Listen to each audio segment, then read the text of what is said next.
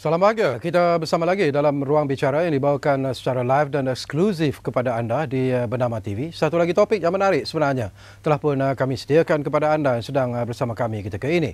Dan topik yang kita pilih ialah penyelidikan Malaysia di persada dunia. Satu topik yang menarik sebenarnya, dan dua tetamu yang cukup hebat sudah pun berada di studio ruang bicara ini bersama dengan saya. Jadi mungkin ada baiknya kalau kita izinkan saya terlebih dahulu memperkenalkan kedua-dua tetamu yang sudah pun bersiap sedia bersama saya di studio ruang bicara ini. Baiklah, di sebelah kanan saya ini kita mengalu-alukan kedatangan semula yang berbahagia Profesor Datuk Dr. Omar Osman, iaitu Naib Chancellor Universiti Sains Malaysia. Jadi Datuk, kembali semula di ruang bicara ini. Terima kasih. Topik ini pernah kita bincang sebelum kita ini. bincang dan mungkin lebih mendalam. Terima kasih kepada Bernama kerana kita perlu terus berbincang dengan pelbagai pihak, pemegang taruh stakeholders. Ya. Okey, kita juga ingin mengalu-alukan buat pertama kalinya yang berbahagia Profesor Datuk Dr. Muhammad Jantan yang merupakan timbalan Naib Chancellor bahagian penyelidikan dan juga inovasi di USM. Jadi Datuk, apa khabar? Khabar baik, terima kasih. Pertama kali di ruang bicara ini sebenarnya tu ya. Betul tu. Nampak nervous sikit tapi tak apa, relax saja tu. Okey, kita membincangkan satu topik yang saya katakan cukup menarik sebenarnya, apabila mungkin ramai yang sudah mengetahui bahawa USM adalah antara 5 universiti yang telah pun diiktiraf sebagai universiti penyelidikan ataupun research university. Dan mungkin saudara juga masih ingat bahawa beberapa minggu yang lalu kita juga pernah membincangkan topik ini bersama kelima-lima universiti yang telah pun diiktiraf sebagai research university ini. Tetapi hari ini seperti kata yang berbahagia Datuk Dr. Omar Osman, mungkin ada aspek-aspek menarik lagi yang akan kita bincangkan. Dan tentunya lah tumpuan kita ialah pada Carnival Universiti Penyelidikan yang akan diadakan di USM pada 14 hari bulan Jun nanti.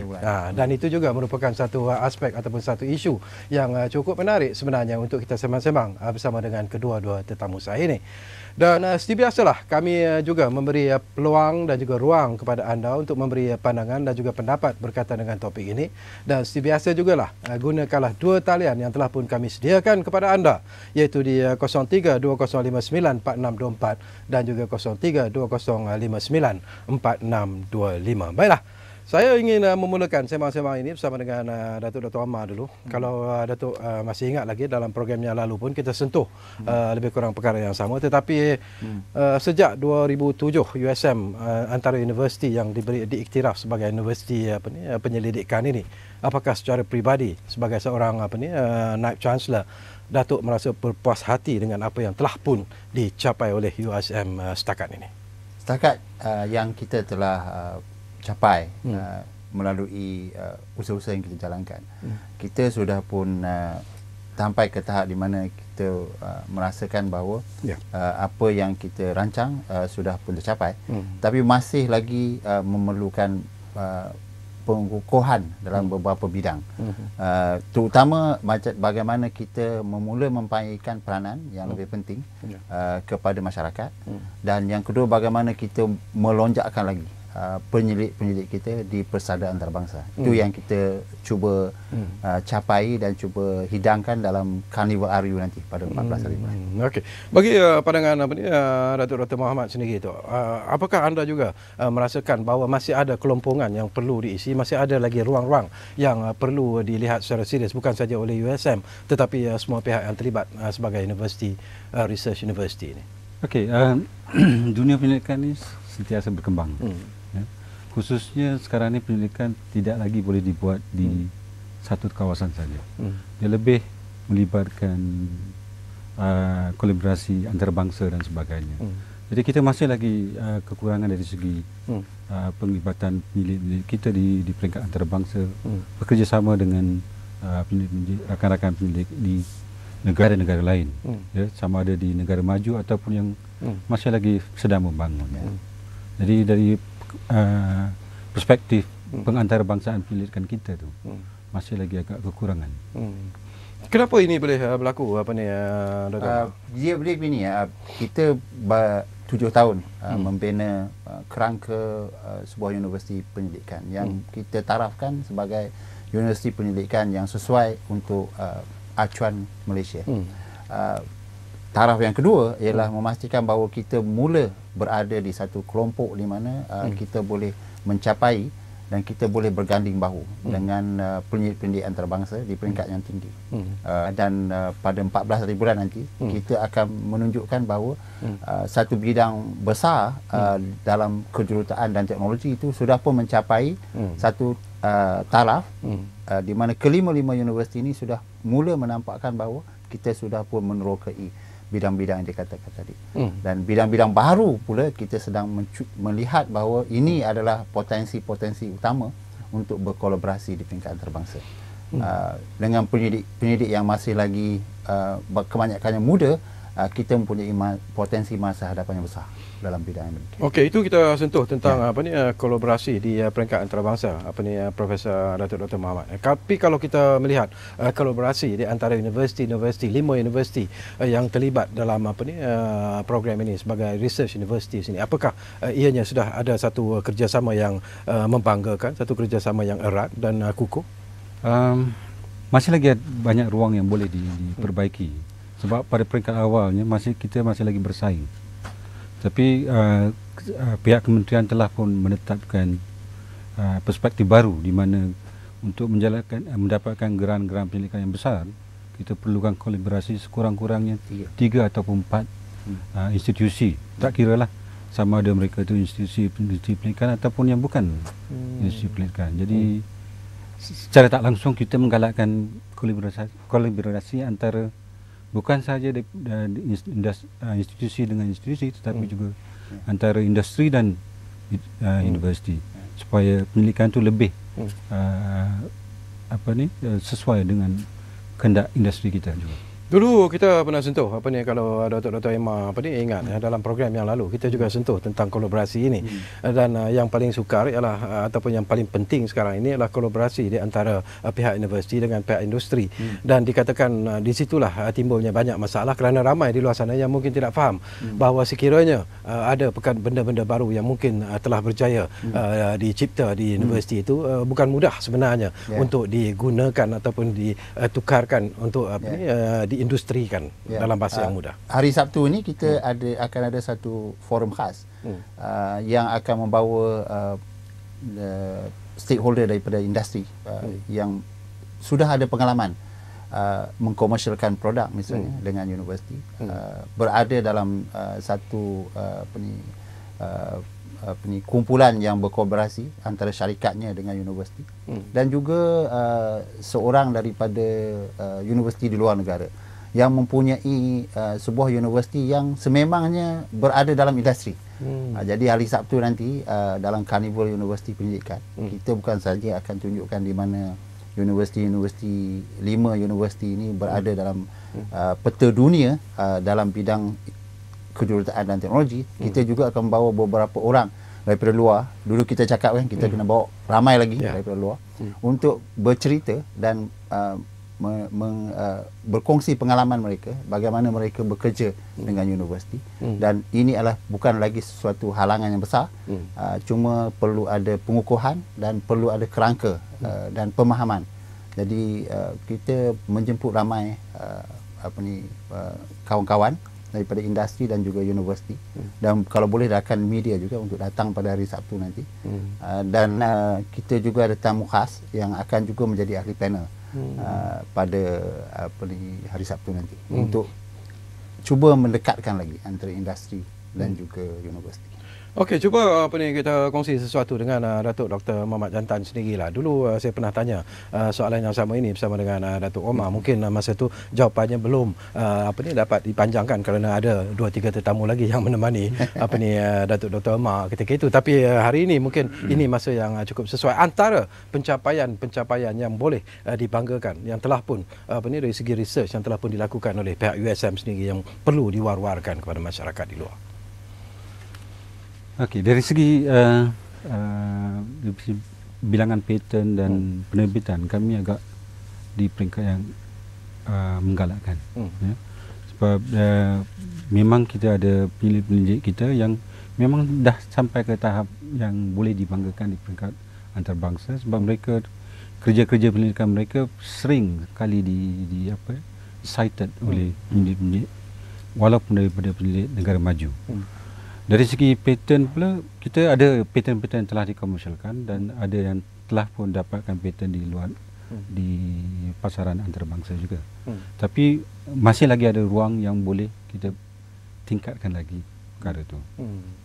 Ya, mungkin Datuk. Ya, salah satu kolaborasi yang penting kita buat dan amat kita banggakan ialah dengan RIKEN, Institut RIKEN di Jepun, di mana kita menjalankan pendidikan dalam molekular biologi dan juga perubatan yang sekarang ni kita sedang tumpukan.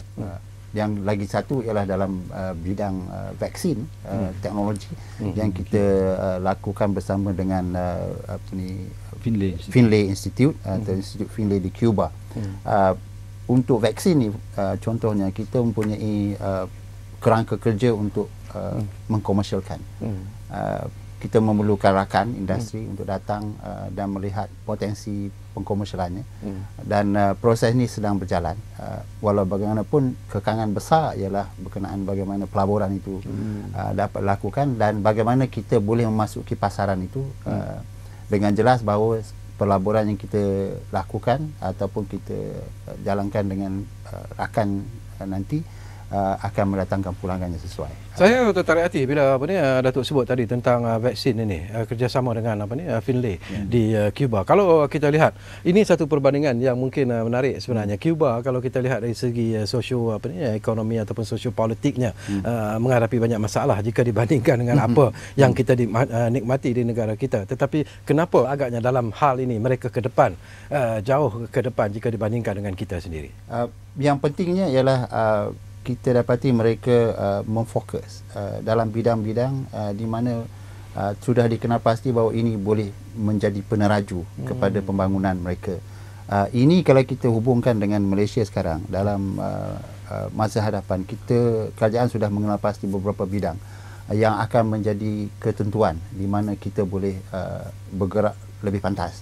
Dan saya yakin kalau sekiranya diteruskan dalam bidang-bidang 9 atau 8 bidang yang dilihat keutamaannya seperti dalam keselamatan tenaga, energy security, keselamatan makanan atau food security, termasuklah juga daripada segi penjagaan kesihatan.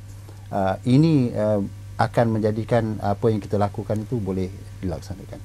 Dan apa yang dilakukan di negara seperti Cuba ialah melihat bahawa perkara-perkara yang boleh dilakukan di pakar tempatan itu diambil sebagai satu keutamaan. Dan kita sedang membina ini di Malaysia. Dan kita dapati beberapa orang yang boleh jadi produk dan kemudian boleh dikomersialkan dan ada pula pendidikan yang boleh dikongsi bersama-sama masyarakat. Dan kita juga sedang melihat perkara ini dengan serius kerana hasil pendidikan yang boleh menjadi manfaat kepada masyarakat akan lebih berupaya untuk memberikan nikmat kepada masyarakat, bukan saja dikomersialkan. Dan ini kadang-kadang kita panggil dalam bidang dipanggil social entrepreneurship ataupun keusahawanan sosial dan social innovation yang boleh memberikan impact kepada masyarakat. Misalnya kalau kadang kita hasilkan satu kaedah untuk menghasilkan makanan daripada sesuatu bahan.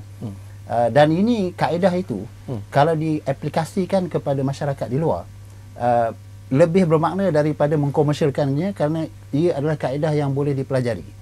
Itu juga kadang-kadang dilupai oleh ramai orang.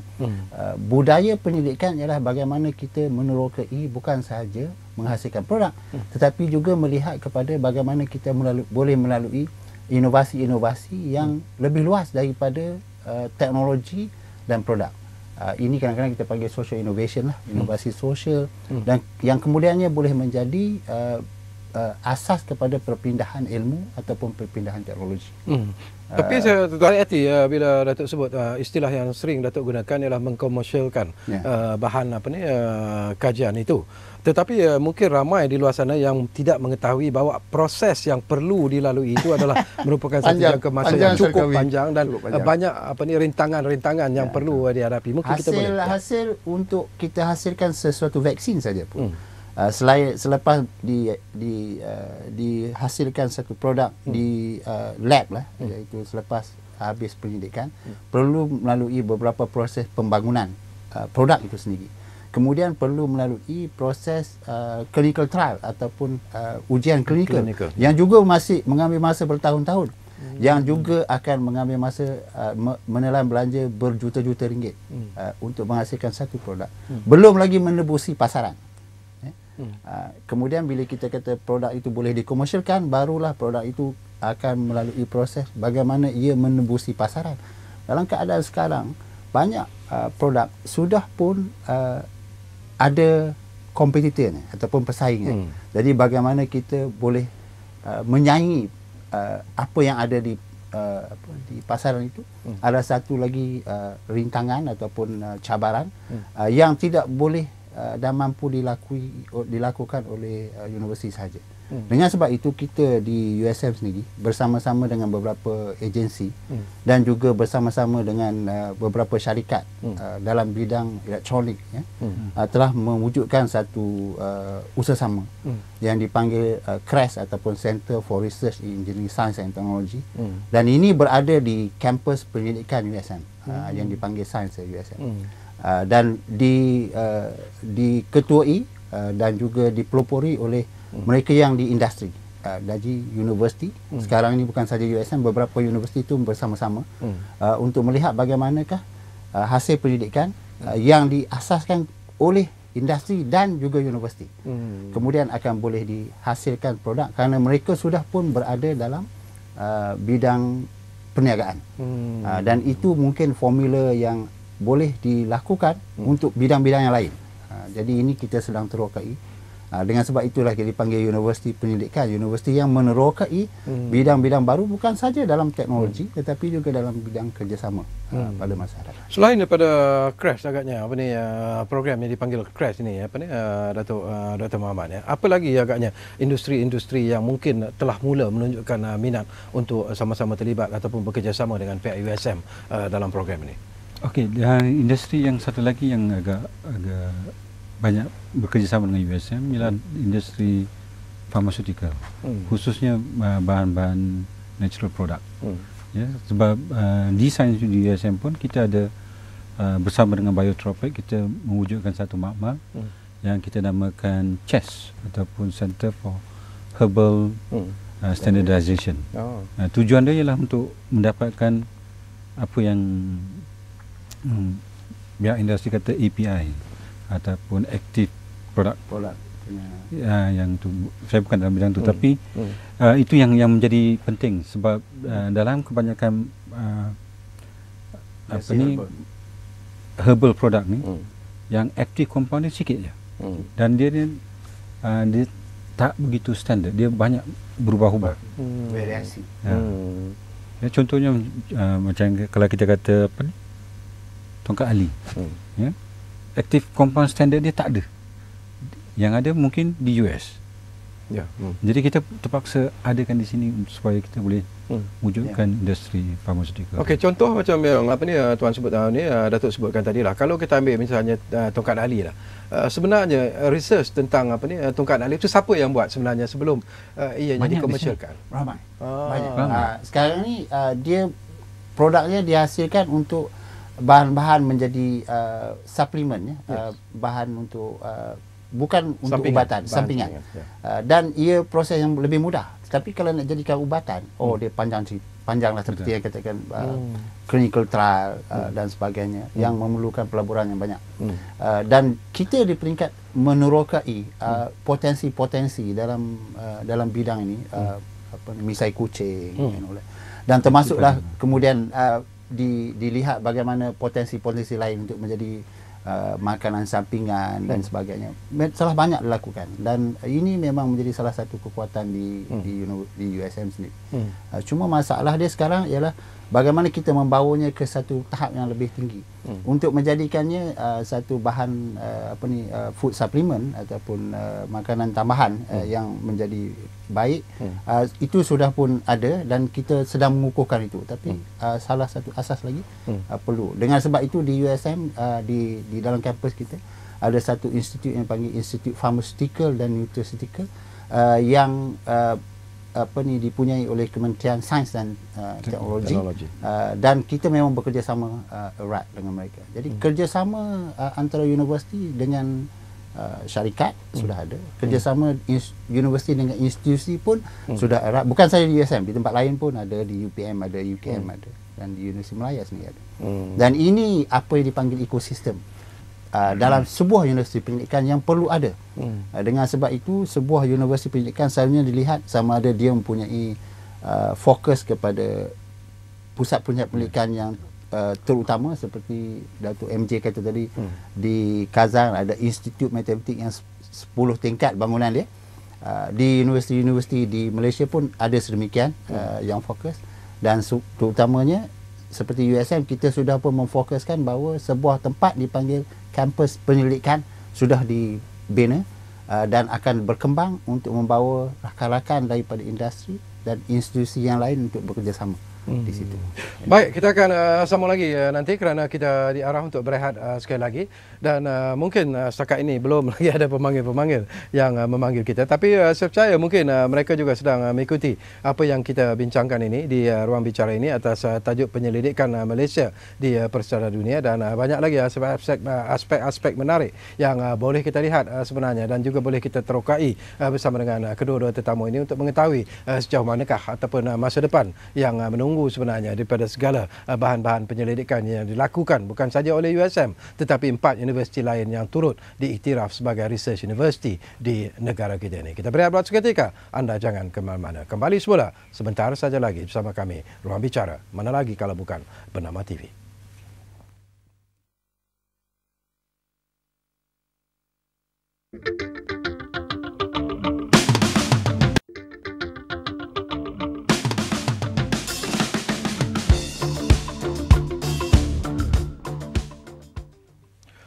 Baiklah, terima kasih banyak-banyak kerana anda masih lagi bersama kami secara live dan eksklusif di Bernama TV ini. Kita masih lagi bercakap tentang penyelidikan Malaysia di Persada Dunia, dan kita masih lagi bersama dengan dua tetamu, iaitu yang berbahagia Profesor Datuk Dr. Omar Osman, Naib Chancellor Universiti Sains Malaysia, dan juga bersama dengan yang berbahagia Profesor Datuk Dr. Muhammad Jantan, iaitu Timbalan Naib Chancellor Penyelidikan dan Inovasi USM. Jadi dah banyak perkara yang Datuk Dr. Muhammad yang kita sentuh sekarang ini, tetapi mungkin ada lagi perancangan yang sedang diatur oleh USM terutamanya dalam menghadapi cabaran sebagai sebuah universiti research ini. Okay, kita baru-baru ni merancang sebab kita nak tap into European Union Horizon 2020 yang dana penyelidikan dia, kalau tak silap saya, 70 bilion euro sepanjang 7 tahun. Dan dia menggalakkan universiti rantau ini berkolaborasi dengan universiti-universiti di European Union untuk mendapatkan grant-grant di sana. Sebab bila grant tu amat besar. Dan kalau saya lihat daripada bidang tumpuan grant-grant tu memang selari dengan apa yang diberikan tumpuan di Malaysia. Contohnya mereka bincangkan tentang food security ataupun healthcare dan sebagainya. Ini semua sama penting juga di sini. Dan untuk tap dalam dana tu, kita perlukan kolaborasi dengan universiti di EU dan juga bukan EU. Jadi sebahagian daripada tugas saya ialah untuk bekerjasama dengan Malaysian Chamber of Commerce di sini untuk mengeratkan lagi, mencarikan rakan-rakan penyelidik di negara-negara EU supaya kita boleh masukkan cadangan penyelidikan yang besar. Sebab dana-dana yang mereka berikan dalam bentuk grant ni dana besar, ya, rata-ratanya dalam sekitar 7 juta euro satu grant. Tapi dia melibatkan konsortium yang besar. Jadi konsortium ini mungkin universiti, mungkin juga industri. Jadi kami sedang merancang tu, sebab kami pun baru saja mendapatkan briefing daripada Malaysian Chamber of Commerce, dan kami diminta untuk memberikan cadangan program-program yang kami berminat untuk. Jadi setakat ni kami dah kenal pasti dan lebih kurang dalam 5 program besar, dan kami minta penyelidik untuk menyediakan cadangan-cadangan untuk program. Persaingan ini menarik sebenarnya apa ni Datuk Dr. Omar ya. Kalau kita lihat persaingan bila kita bercakap tentang research ini, pihak industri saya percaya mereka juga ada research department mereka sendiri, mereka ada researchers mereka sendiri, pakar-pakar mereka sendiri. Apakah minat mereka itu untuk mendapat bantuan daripada pihak universiti, terutamanya di negara kita ini bila kita bercakap tentang industri yang besar, konsortium yang besar di luar negara itu. Bagaimana untuk memposi motivasi pertama kali industri di Malaysia lah. Motivasinya sudah ada. Saya sudah pun membuat lawatan ke sebuah agensi besar yang mempunyai sebuah R&D department yang memang sememangnya membelanjakan banyak. Tetapi definisi R&D mereka mungkin berbeza daripada universiti. Mereka menjalankan proses penyidikan dan pembangunan untuk menyelesaikan masalah mereka, tanpa melihat bagaimana mereka boleh menghasilkan pelajar-pelajar ijazah PhD dan sebagainya. Tetapi yang menariknya, mereka sudah membawa seorang profesor daripada sebuah universiti yang lain untuk berada di dalam department R&D. Itu satu perkara yang tidak kita imagine lah dahulu. Jadi bila ada sedemikian, profesor ni yang tahu bahasa universiti akan membawa lebih ramai pensyarah-pensyarah untuk bersama-sama meneliti masalah-masalah yang ada di situ dan juga melihat bahawa universiti boleh berada. Saya juga dengan Datuk MJ sudah melawat satu lagi industri dalam konteks kecil dan sederhana lah, medium size industry yang mempunyai R&D divisionnya sendiri.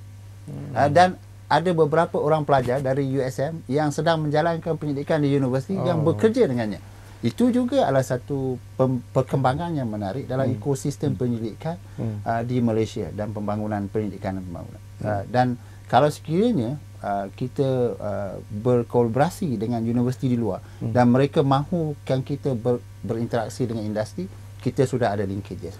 Yang kedua, kita juga berharap dengan kolaborasi dengan universiti luar. Sekarang ni kita sedang berusaha dengan Toyohashi University dan juga Universiti California Santa Barbara, selain daripada RIKAN, untuk melihat pembangunan-pembangunan dalam teknologi yang lain.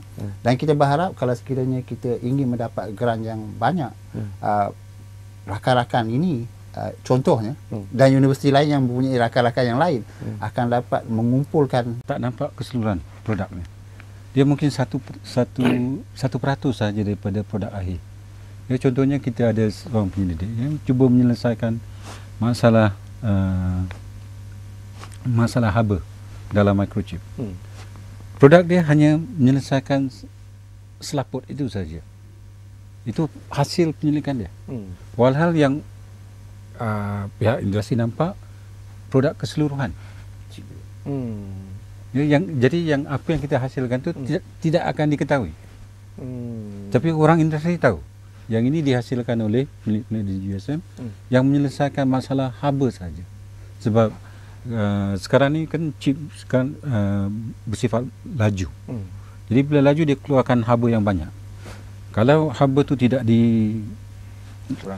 dilepaskan supaya dia sejuk, dia akan rosak cepat. Jadi penyelidik kita menghasilkan apa ini nama carbon nanotube tu untuk dijadikan selaput yang boleh meleraikan haba tu. Tapi yang industri nampak chip saja, tak nampak selaput tu. Okey, kita akan berehat buat kali terakhir. Kembali nanti tak banyak lagi masa yang tinggal sebenarnya, tapi kita belum lagi menyentuh tentang Carnival Universiti Penyelidikan yang akan berlangsung di USM pada 14 bulan Jun nanti. Kerana saya difahamkan kalau mengikut apa yang disebut oleh yang berbahagia Profesor Datuk Dr. Omar Osman, banyak perkara-perkara menarik setelah pun disusun atur sempena dengan Carnival ini. Dan kita selepas berehat nanti, itulah perkara yang akan kita sembang-sembang dan juga war-warkan kepada anda yang sedang bersama kami secara live dan eksklusif Ruang Bicara. Kita rehat buat seketika.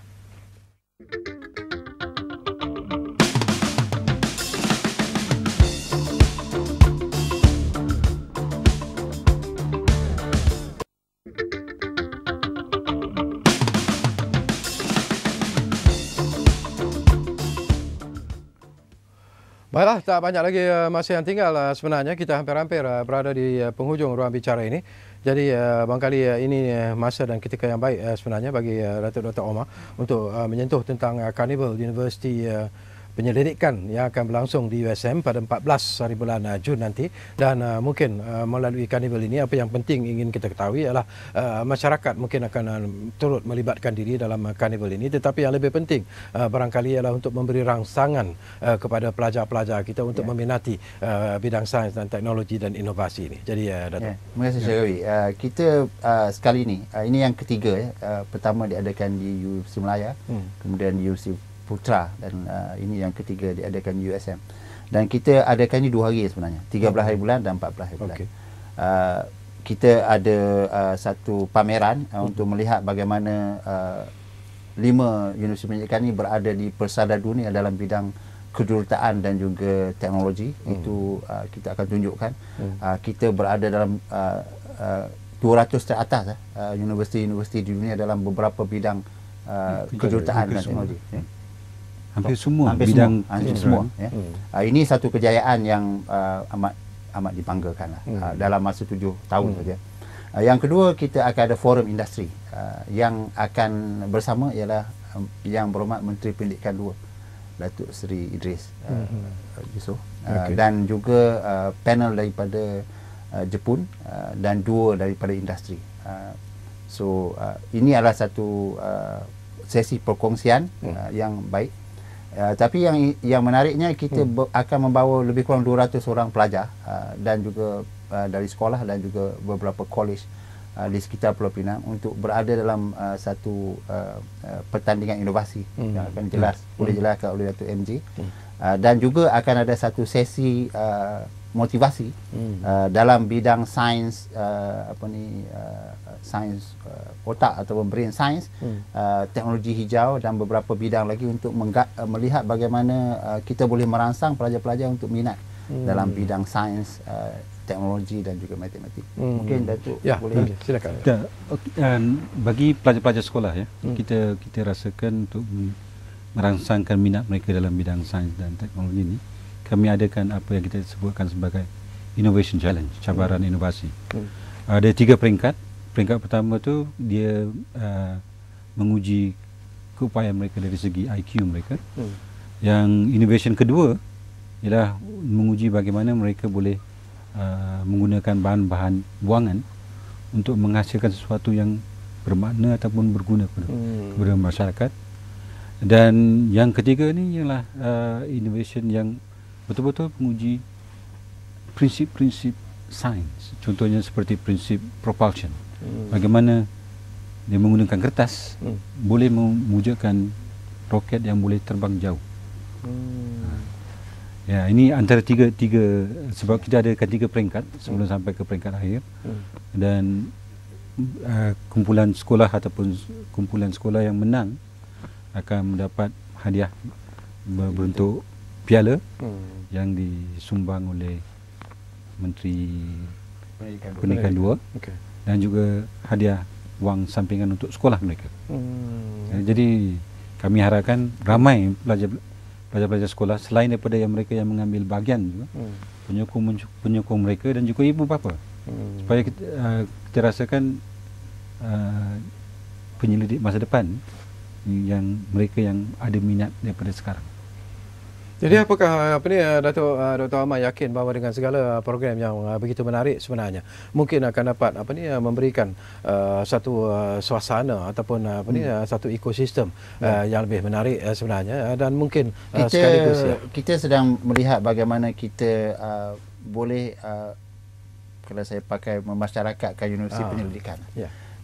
Kerana masa kita berada dalam satu menara gading itu sudah pun sepatutnya kita tinggalkan. Dan kita harus menjalankan pendidikan bersama industri untuk menyelesaikan masalah industri. Di samping menghasilkan mereka yang berupayaan untuk menjalankan pendidikan. Seperti Syekh tanya tadi, kalau tak ada PhD ni macam mana orang yang menjalankan pendidikan? Kita berpendapat bahawa mereka yang ada ijazah PhD ni akan mampu menjalankan pendidikan yang impact tinggi. Dan kemudian juga melihat kepada masyarakat sendiri.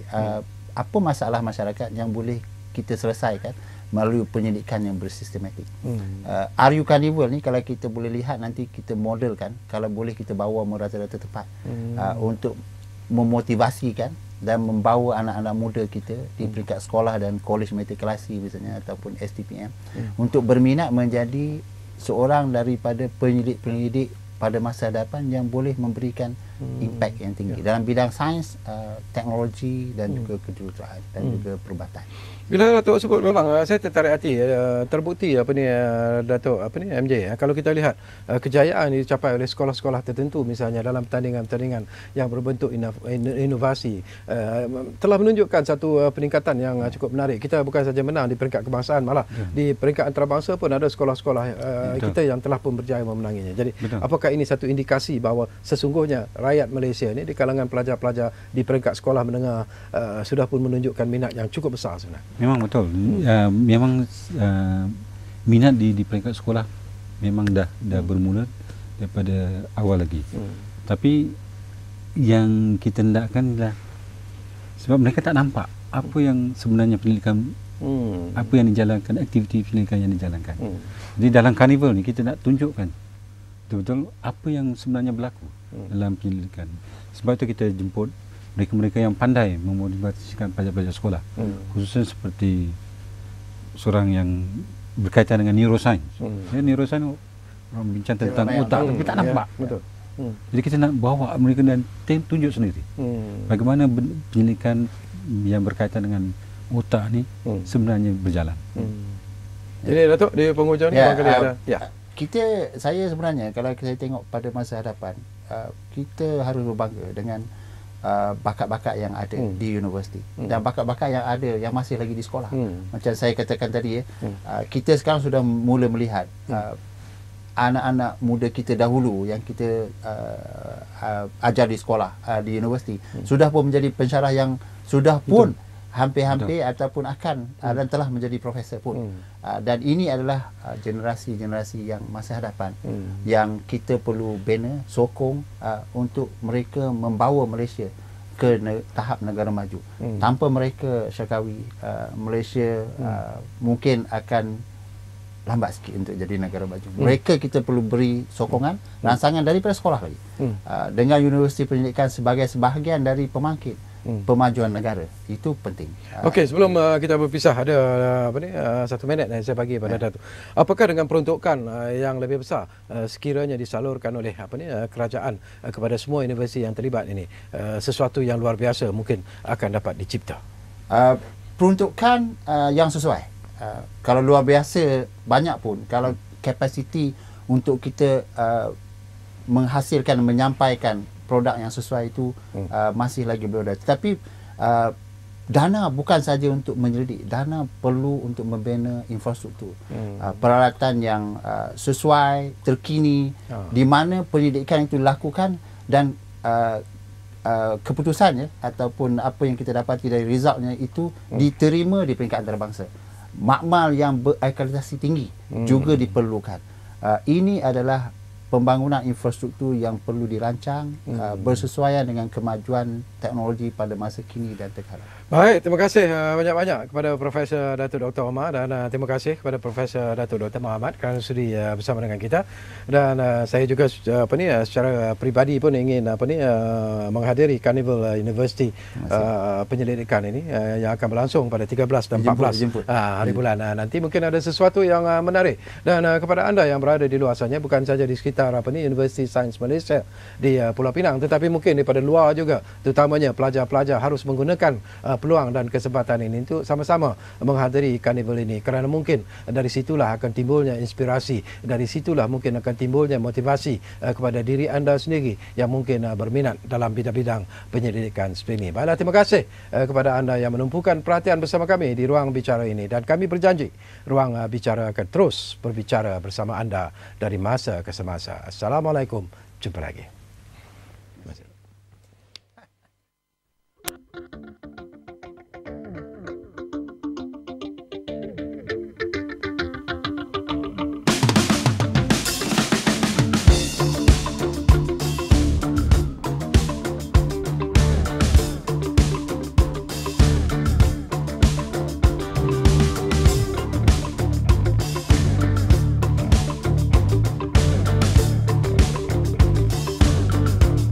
ini melihat